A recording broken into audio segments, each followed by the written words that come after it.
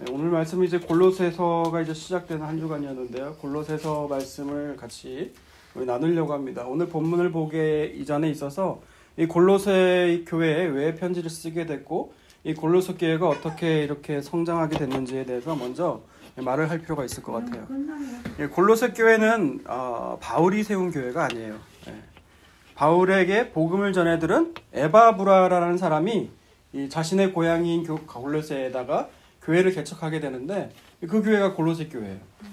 그 교회는 이제 누가 전하든 상관이 없어요. 사실 복음이라는 것이 더 중요한 거기 때문에 우리는 흔히 메신저 이제 바울은 이 바울 서신서에 보면 바울이라고 하는 메신저를 공격하기 위해서 복음을 흔들거든요. 그것이 효과적이니까. 하지만 이 복음에는 생명이 있어요. 누가 전하든 상관이 없어요.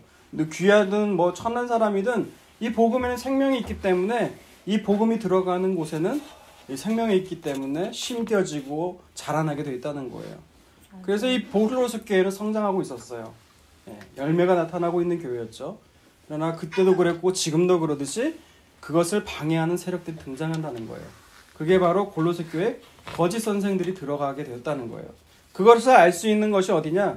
골로새서 2장 16절에서 19절을 보면 이런 말씀이 있습니다. 그러므로 먹고 마시는 것과 절기나 초하루나 안식일을 이유로 누구든지 너희를 비판하지 못하게 하라. 이것들은 장래 일의 그림자이나 몸은 그리스도의 것이니라. 아무도 꾸미는 겸손과 천사 숭배를 이유로 너희를 정죄하지 못하게 하라. 그가 그 본 것을 의지하여 그 육신의 생각을 따라 헛되이 과장하고 머리를 붙들지 아니하는지라.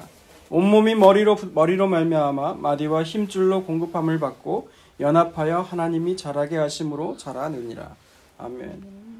골로새 교회에 이런 이단들이 등장했다는 거예요. 크게 두 가지였습니다. 그게 뭐냐면 금욕주의자들과 신비주의자들이었다는 거예요. 이런 거죠. 야, 예수만 믿는 것으로 충분하냐 그런 거예요. 예수 믿음으로 말미암아 믿음이 다냐라는 거예요. 그러니까 골로새 교인들은 눈이 홀깃한 거예요. 아니 정말 뭔가 다른 것이 있을까? 라는 생각이 드는 거예요. 저희가 예전에 들은 게 뭐였냐면 이단들이 전파하는 게 이거예요. 당신은 구원을 몇 월 며칠에 받았습니까? 라고 물어본다는 거예요. 믿는 사람들한테. 그럼 믿는 사람들은 눈에 혹하는 거예요. 아니 교회에서도 들어본 적이 없고 이런 질문을 받아본 적이 없는데 이런 말 당시니까 당혹스러운 거예요. 마찬가지로 골로새 교회에 침투한 그 이단들, 거짓 선생들이 그런 수법을 썼던 거예요. 당신이 예수만으로 다 되는 줄 아냐고. 그것만 되는 거 아니다고. 안식일을 완전히 지켜야만이 구원을 얻는 거다. 그러니까 인간의 의지가 뭔가 노력이 들어가야만 구원을 얻는 거다라고 가르침이 있었다는 거예요. 그리고 또 한 부류는 자꾸 신비한 것에 초점을 둬요. 말씀이 아니라 자꾸 신비적인 은사적인 어떤 것으로 끌고 간다는 얘기예요. 이런 것으로 이끌어갔다는 그 두 부류의 그 이단들 때문에 이 골로새 교회는 흔들릴 수밖에 없다는 거예요. 그런 걸 소식을 들은 이 바울은요, 해답을 딱 썼어요. 그게 무엇이냐? 골로새서 1장 14절에서요, 16절 말씀을 한번 읽어볼까요? 골로새서 1장 14절에서 16절 읽습니다. 시작. 그 아들 안에서 우리가 속량 곧 죄사함을 얻었도다. 그는 보이지 않는 하나님의 형상이시요 모든 피조물보다 먼저 나신 이시니 만물이 그에게서 창조되되 하늘과 땅에서 보이는 것들과 보이지 않는 것들과 혹은 왕권들이나 주권들이나 통치자들이나 권세들이나 만물이 다 그로 말미암고 그를 위하여 창조되었고. 네, 아멘. 예수 그리스도만으로도 충분하다는 거예요. 만물이 그를 위해 창조되었고 만물 안에 그가 또 들어가 있고 예수 그리스도 한 분만으로도 충분하다는 거예요. 그것이 바울의 해법이었습니다. 오늘 본문에도 보면요, 이 비밀이라는 단어가 자꾸 등장해요. 왜 비밀이라는 단어를 썼느냐? 그 이단들, 거짓 선생들이 자주 썼던 것이 그 비밀이라는 단어였대요. 자꾸 그것으로 사람을 현혹시키는 거예요. 그 비밀. 그래서 오늘 설교 제목이 비밀이에요. 비밀. 이 비밀의 제목에 낚인 사람도 많을 거예요. 뭔가 특이한, 뭔가 좀 다른 것이, 색다른 것이 있나 보다. 사람들 심성이 그런가 봐요. 그 비밀이야? 이거 너하고 나 사이의 비밀이야?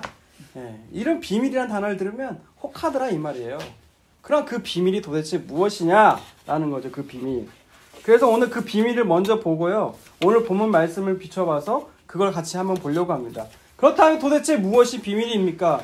에베소서 3장을 볼게요. 골로새서 이전에 고린도전서, 후서, 갈라디아서 다음에 에베소서가 있죠.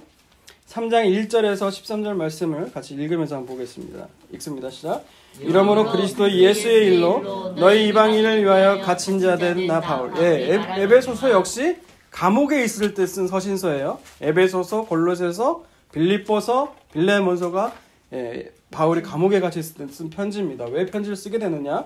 2절부터 읽습니다. 너희를 위하여 내게 주신 하나님의 그 은혜의 경륜을 너희가 들었을 터이라. 곧 계시로 내게 비밀을 알게 하신 것은 내가 먼저 간단히 기록한 것 같으니 그것을 읽으면 내가 그리스도의 비밀을 깨달은 것을 너희가 알 수 있으리라. 그 비밀이 뭔지 이제 얘기를 하는 거예요. 5절. 이제 그의 거룩한 사도들과 선지자들에게 성령이 나타나신 것 같이 다른 세대에서는 사람들의 아들들에게 알리지 아니하셨으니 이는 이방인들이 복음으로 말미암아 그리스도 예수 안에서 함께 상속자가 되고 함께 지체가 되고 함께 약속에 참여하는 자가 됩니다. 네, 에베소서에서 말하는 비밀은 뭐냐면 이방인들이 이제 복음으로 말미암아 그리스도 예수 안에서 함께 상속자가 되어간다는 것이 그게 비밀이었다는 거예요. 그것이 원래 감춰졌던 것인데 이제 거룩한 사도와 선지자들에게 성령으로 나타난 것처럼 그 비밀이 이제 밝히 보여졌다는 거예요. 읽습니다. 시작. 7절.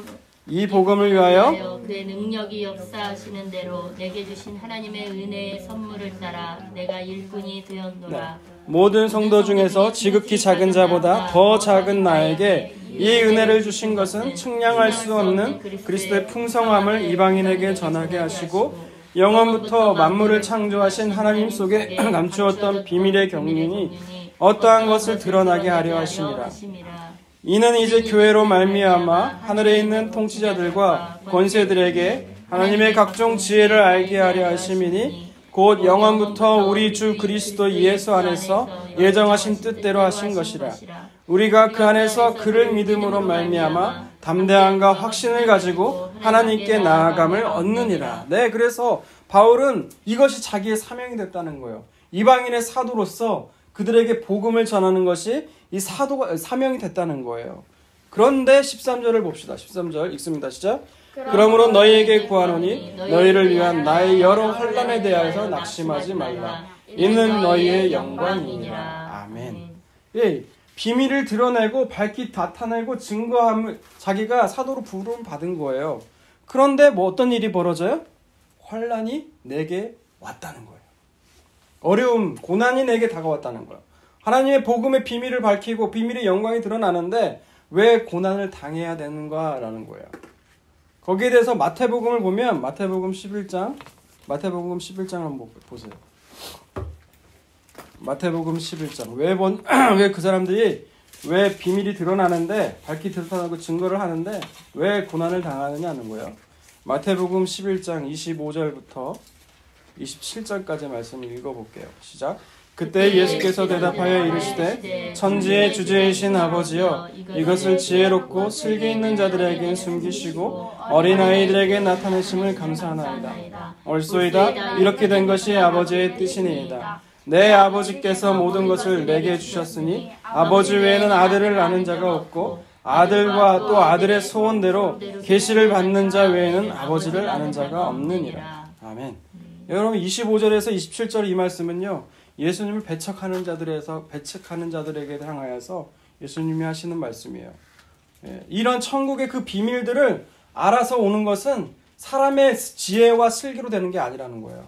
오직 아버지와 아들이 알고 있는데 그 아버지와 아들 외에 그 소원을 계시받은 그 사람만이 들어올 수 있는 것이 바로 이 천국이라는 비밀이라는 곳이라는 거예요. 그런데 이런 자들을 그래서 지혜롭고 슬기로운 자들에게는 감추신다는 거예요. 그리고 어린아이들에게는 나타내신다는 거예요. 아버지와 아들의 소원대로 계시를 받은 자만이 안다는 거예요. 이게 뭘까요? 이게 사람들을 싫어한다는 거예요. 이런 것을.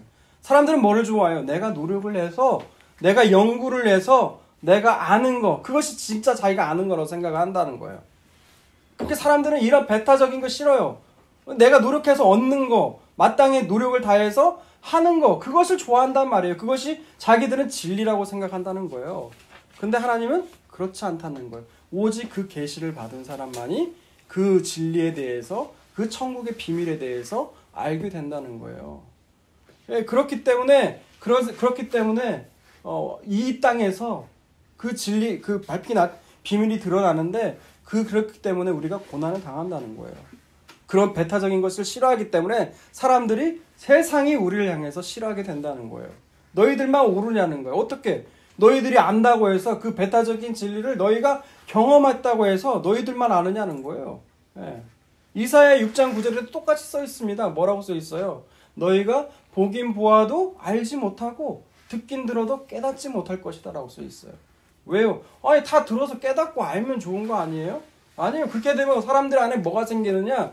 내가 스스로 알아서 깨닫고 봐서 알았다는 그 교만함으로 들어온다는 거예요. 하나님은 그 교만함을 싫어하신다는 거예요. 그것이 아니라는 거예요. 자기의 마음을 낮추고 그 겸손한 사람들, 어린아이들이 왜 상징하는 어린아이들에게 왜 나타나실까요? 어린아이들은 자기가 아무것도 몰라요. 난 아무것도 몰라요. 이런 것들이 있어요. 어린아이에게는. 근데 어른 되면 어때요? 그거 나도 알아. 교회에서 많이 들어봤어. 딱 교회 제목만 봐도 다 알아. 이런 식이라는 거예요. 그런 자들에게는 하나님이 그 진리를 감추신다는 거예요. 그리고 어린아이 같이 그렇게 겸손하고 그런 자들에게는 하나님이 나타내신다는 거예요. 그게 싫다는 거예요, 사람들은. 그래서 이 땅에서 고난을 당한다는 거예요. 근데 또 두 번째 이유가 있습니다. 그게 뭡니까? 로마서 말씀 볼게요. 로마서 8장. 로마서 8장을 볼게요. 로마서 8장 17절. 읽습니다. 시작. 자녀이면 또한 상속자, 고 하나님의 상속자요 그리스도와 함께한 상속자니 우리가 그와 함께 영광을 받기 위하여 고난도 함께 받게 될 것이다. 우리가 고난을 받았으면 영광도 같이 받을 것이면 하나님의 그 고난도 우리도 같이 함께 참여한 자가 된다는 거예요. 이 땅에서.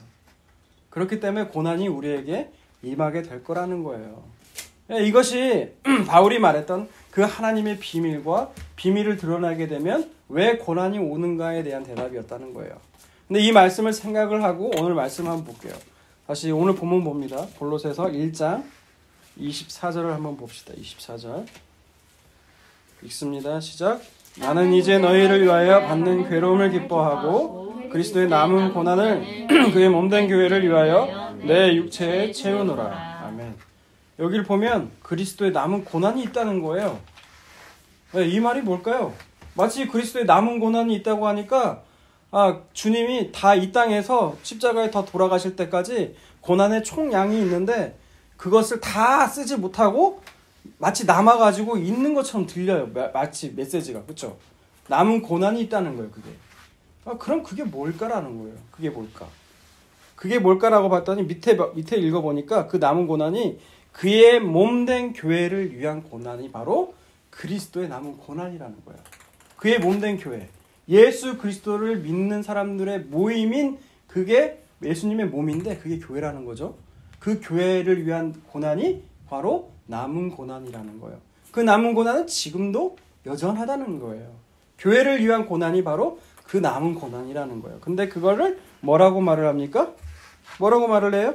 그 교회를 위해서 내 육체에 채우노라 라고 말을 해요. 이것을요, 바울은요, 자기가 사실 경험적으로 먼저 알고 있었어요. 이게 뭐냐? 왜 예수 그리스도의 몸된 교회가 고난을 받느냐? 자신이 어떤 사람이었어요? 사도가 되기 전에 예수를 믿는 사람들을 자신이 핍박하고 잡아서 죽인 사람이 누구였어요? 바울이었잖아요. 바울 자신은 알았어요. 예수를 믿으면 어떤 일이 벌어져요? 핍박하는 일이 생기는구나. 자신이 그랬잖아요. 자신이 먼저. 그런데 그에 대해서 예수님의 대답은 뭐였어요? 예수님이 그 바울에게 나타나셔서 뭐라고 말씀하세요? 음성으로? 사울아, 내가 왜 나를 핍박하느냐라고 대답을 하잖아요. 이 말이 뭐예요? 바울 자신은 그 예수 믿는 사람을 잡아 죽이는 것이 하나님을 기쁘시게 하는 뜻이라고 생각을 했단 말이에요. 그런데 예수님 보시기에는 그 사람을 잡아 죽이는 것이 나를 핍박하는 일로 똑같이 여기더라 이 말이에요. 이 말을 역으로 돌리면 그들이 고난당할 때, 그들이 예수를 믿는다는 이유로 핍박당하고 잡아 죽일 때 예수님도 그 안에 같이 계셔서 나도 찢기고 나도 죽임을 당했다는 거예요. 그들과 함께. 여러분 이게 놀랍지 않아요?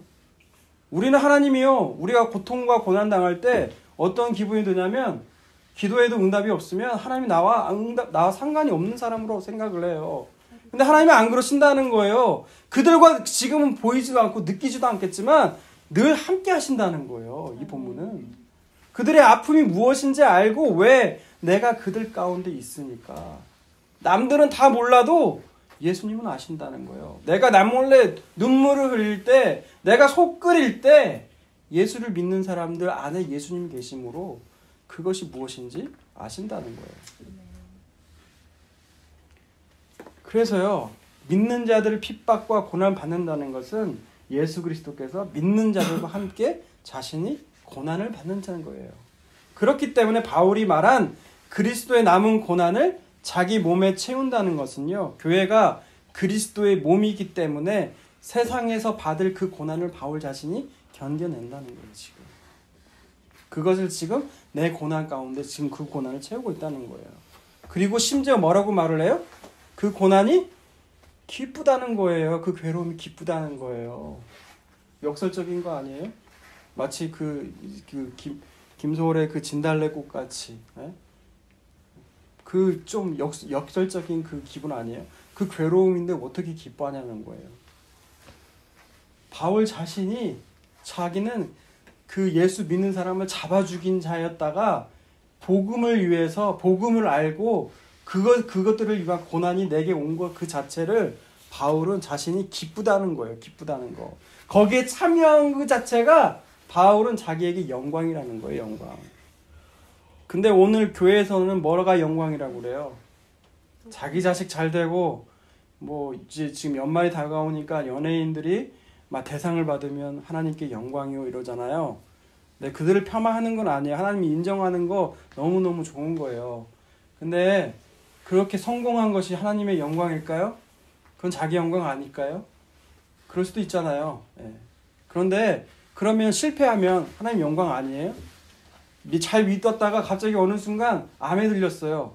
그리고 결국 그 암을 치유받으면 하나님 영광이고 그 암으로 죽으면 영광 아니에요? 아니잖아요. 자기의 믿음이 전혀 변하지 않고 영원히 오히려 그 전에는 보이지 않았던 그 하나님의 영광이 뭔지를 알고 예수 그리스도의 그 비밀이 뭔지 그 비밀이 밝혀 보여지는 게 오히려 그게 더 영광 아닐까요?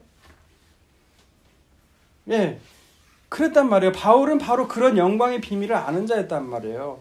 그래서 바울은요 25절에 보면 이렇게 말합니다. 25절 읽습니다. 시작. 내가 교회의 일꾼 된 것은 하나님이 너희를 위하여 내게 주신 직분을 따라 하나님의 말씀을 이루려 함이니라. 25절 말씀이 24절과도 연결이 돼요. 뭐냐?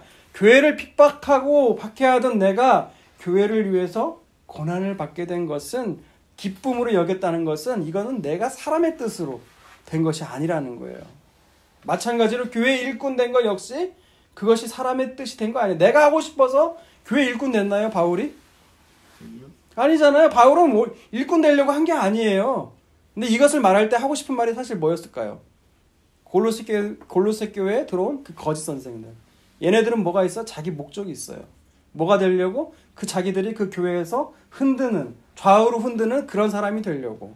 목적이 있어요, 목적이. 근데 바울의 목적은 뭐예요? 오직 그리스도예요. 바울은 오직 그리스도예요. 자기가 원해서 교회 일꾼 된 거 아니에요. 자기가 사도 된 거 아니에요. 네, 이들은 그래서 바울은요, 자기가 교회 일꾼이 돼서 뭘 하려고 했어요? 목적이 뭡니까? 25절 다시 한번 보세요. 25절 보세요. 교회 일꾼이 된 것은 하나님이 너희를 위하여 내게 주신 직분을 따라 하나님의 말씀을 이루려 함이니라. 하나님의 말씀을 이루려고 하는데 뭐가 돼요? 하나님이 내게 주신 직분에 따라. 이게 옛날 그 개정 성경에는 개혁 성경에는 경륜이라는 단어로 번역을 했어요. 근데 지금 이 개역 개정은 직분이라고 다시 고쳤더라고요. 근데 사실 옛날 그 개역 성경 번역이 더 맞는 것 같아요. 우리가 직분이라고 하면 목사, 뭐 장로 이것부터 사람들이 떠올리잖아요. 단어 어차피 한 단어를 해석하면서 이렇게 온 거거든요. 이 직분이란 단어가요, 오이코노미안이란 단어인데, 오이코스가 여러분이 잘 아는 집이에요. 집 가정. 근데 여기에서 온 건데 이 뜻은 집을 돌보다 관리하다라는 뜻이라는 거예요. 그래서 이 단어가 직분 말고 경륜 혹은 섭리라고 번역하는 게 더 매끄럽다는 거예요. 개인적으로 생각할 때. 하나님께서 바울에 주신 그 경륜, 하나님 섭리에 따라서 바울은 하나님 말씀을 이루려고 했다는 거예요. 바울 자신이 하나님 말씀을 이루어내려는 것이 아니라 하나님의 뜻과 계획을 이루는 일에 내가 도구로 쓰임 받았구나 라는 것이 바로 하나님의 섭리였구나, 그것을 알았다는 거예요. 바울은. 그래서 26절에 보면 이런 말이 나옵니다. 26절 읽어주세요. 26절 시작. 이 비밀은 만세와 만대로부터 감추어졌던 것인데 이제는 그의 성도들에게 나타났고. 갑자기 26절에 가면 비밀이라는 말을 써요. 그죠? 왜 비밀이라는 썼느냐? 바울 자신이 핍박하던 자에서 자신이 하나님의 복음을 전하는 자로 내가 쓰임 받았다는 것이, 그것이 하나님의 원래 섭리였구나. 그것이 이제 비로소 내가 드러난 거예요. 바울이 깨달은 거예요.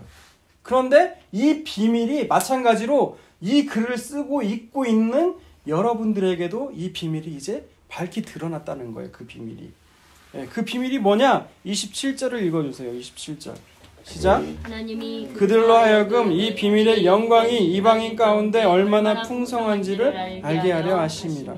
이 비밀은 너희 안에 계신 예수 그리스도시니 곧 영광의 소망이니라. 아멘. 이 비밀이 뭐라고 나와 있어요? 결국 에베소서에는 자신이 이방인들이 복음 안에서 상속자가 되는 것이 비밀이었다고 얘기를 한다면, 골로새서에는 이 비밀이 누구라고 나와 있습니까? 이 비밀이 바로 예수 그리스도라는 거예요. 이 비밀이 바로 예수 그리스도라는 거예요. 이 비밀의 영광이 얼마나 너희가 이방인 가운데 풍성한지, 넘쳐 흘렸는지 다 알게 됐다는 얘기예요. 네. 그런데 여러분, 우리 안에 예수님이 계세요? 아멘. 계세요, 할머니? 우리 안에 예수님이 계세요? 어떤 사람은 말을 해요. 예전에 예수 안에, 우리가 안에 예수님이 있다는 거 어떻게 할 수 있어요? 어떤 목사님에게 물어봤대요. 개통 목사님 성경에 있는 대로, 여러분 기도할 때 집사님 어떻게 말해요? 하나님 아버지라고 하지 않습니까? 로마서에도 그 말씀이 있거든요. 하나님 영을 받은 사람은 아버지라고 부른다고요. 하나님은 아버지라고 기도할 때 하지 않습니까? 그리고 여러분, 하나님을 주님이라고 하지 않습니까? 하나님 영이 아니시고는 주라고 할 수 없다고 나와 있으니까요. 근데 그것도 맞는 말이긴 해요. 근데 그 당시에 성경이 쓸 때는요, 그 예수를 주님이라고 하든지 하나님을 아버지라고 말을 하든지, 그거는 목숨을 내놓는 일이었어요. 그렇기 때문에 그들에게 그렇게 말하는 순간 아무 유익이 없어요. 내게 도움되는 게 하나도 없다고요. 근데 오늘날 하나님을 아버지라고 하든지 예수님을 주님이라고 하면 누가 뭐 핍박하고 박해하는 사람이 있어요? 교회 새로 새 신자가 와도요, 교회 모임에 끌고 가면 그들 안에 놓이게 되면요, 그 사람들도 뭐라고 말하냐? 하나님은 아버지라고 하고 주님이라고 말을 해요. 그러면 그들이 바로 이 안에 예수가 있다는 증거일까요? 그러니까 성경 이런 점을 좀 이런 세태를 비꼬기 위해서 그 영화가 만들어졌나 봐요.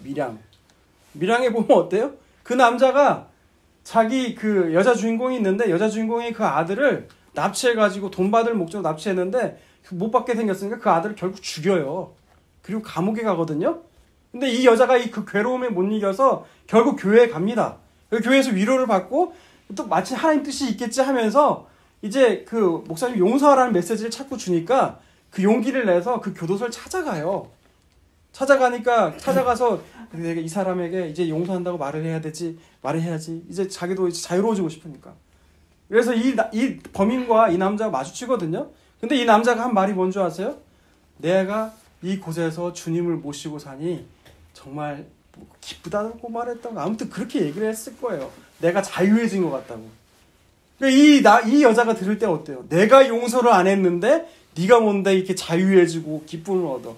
왜 오늘날 기독교를 풍자한 거예요. 풍자한 거. 정말 예수 그리스도를 만났으면 그 남자가 그런 말을 할 수 있었을까요? 아니에요. 잘못된 기독교요. 잘못된 기독교. 네.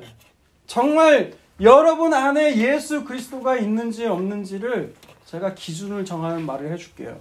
여기 뒤에 보면 뭐라고 나와 있어요? 너희 안에 계신 그리스도니 곧 영광의 소망이니라 나와 있어요.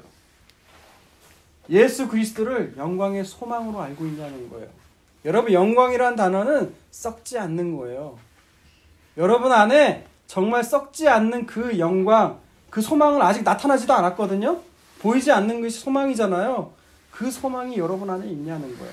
더 쉽게 얘기해 볼까요? 저한테 적용해 볼까요? 야, 너 당장 내가 너 뭐 원하는지 말해봐. 여기에 5,000명, 10,000명 이상 되는 성도 내가 붙여줄게. 아니면 계속 그냥 이거든지, 아니면 너 진실되게 정말 예수님 한 분 보면서 살아갈래? 둘 중에 하나 골라봐. 그렇게 물어보는 거란 말이에요. 그러면 그 질문에 따라 결정하는 거에 따라 여러분 안에 영광의 소망이신 주님이 계시는지 다른 분이 계시는지 알 수 있다는 거예요. 근데 혹은 이걸 듣고 있는 사람은 그럴 거예요. 지혜롭게. 나는 그 비밀, 그 주님, 진실한 주님을 만나고 가진 5,000명, 10,000명을 가진 목사가 될 거야. 이렇게 말할 수도 있어요. 근데 아니에요. 둘 중에 하나라는 거예요. 그 영광의 소망이 여러분 안에 있냐는 거예요. 하나님을 아버지라고 한다고 해서 그 사람 하나님 아는 거 아니고요.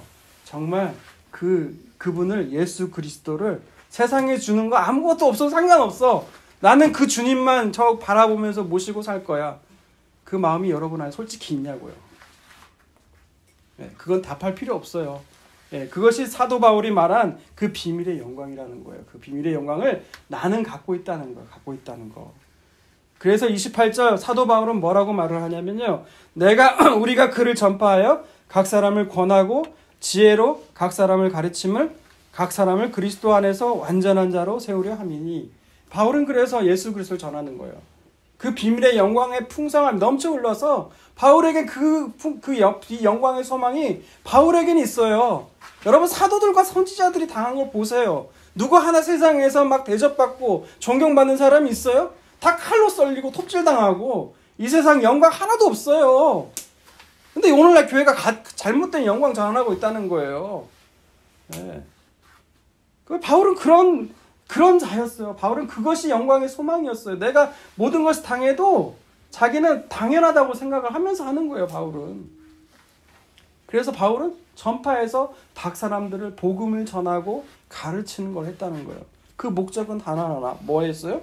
그리스도 안에서 완전한 자를 세우려 한다는 거예요. 이게 완전하다고 하니까 뭐예요? 완벽하다, 이 뜻이 아니에요. 지금은 비록 내 눈에 연약하고 비록하지만 중요한 단서가 있어요. 뭐가 있어요? 거기 안에? 그리스도 안에서. 뭐가 있다고요? 그리스도 안에서. 네. 내가 지금 비록 죄의 유혹에 넘어지고 굴복하고 이렇게 연약하지만 누구 안에 들어가면 그래도 예수님 붙잡고만 있으면, 예수님은 계속 내 안에 그 마음에 계속 떠나지만 않으면 하나님 우리를 어떻게 만들어 주신다고요? 완전한 자, 성숙한 자로 하나님이 이끄신다고요. 얼마나 그 비밀의 영광이 풍성한지 나 같은 사람에게도 하나님이 임하셔서 나를 하나님이 완전한 자로 그리스도 안에서 성숙한 자로 이끄신다는 바울의 개인적인 체험에 대한 고백이기도 해요. 예. 그렇게 그 수고를 하기 위해서 29절에 보면 뭐라고 나와 있어요? 이를 위해서 나도 내 속에서 능력으로 역사하시는 이에 따라 힘을 다하여 수고한다라고 나와 있어요. 바울 자신도 그걸 경험했다는 거예요. 그래서 네, 오늘 이 성탄절에, 성탄절은 사실 어제였지만 여러분 안에 그 비밀을 가지고 계시냐는 거예요. 예수 그리스도라는 그걸 소유하고 계시냐는 거예요. 여러분 잘 생각해 보시길 바라요. 그 영광의 소망을 소유하고 있냐는 거예요. 그리고 바울이 말한 완전한 자로 오늘도 그 수고로 인해서 그 예수 안에서 완전한 자로 거듭나고 계시냐는 거예요. 부디 성탄절 그 다음 주일이긴 하지만 이 아침에 예수님께서 강력하게 성령의 충만함으로 임하시는 말미암아 각 사람 안에서 권하고 가르침으로 완전한 자로 성숙한 자로 거듭나시는 여러분이 다 되시길 주님의 이름으로 축복합니다. 아멘.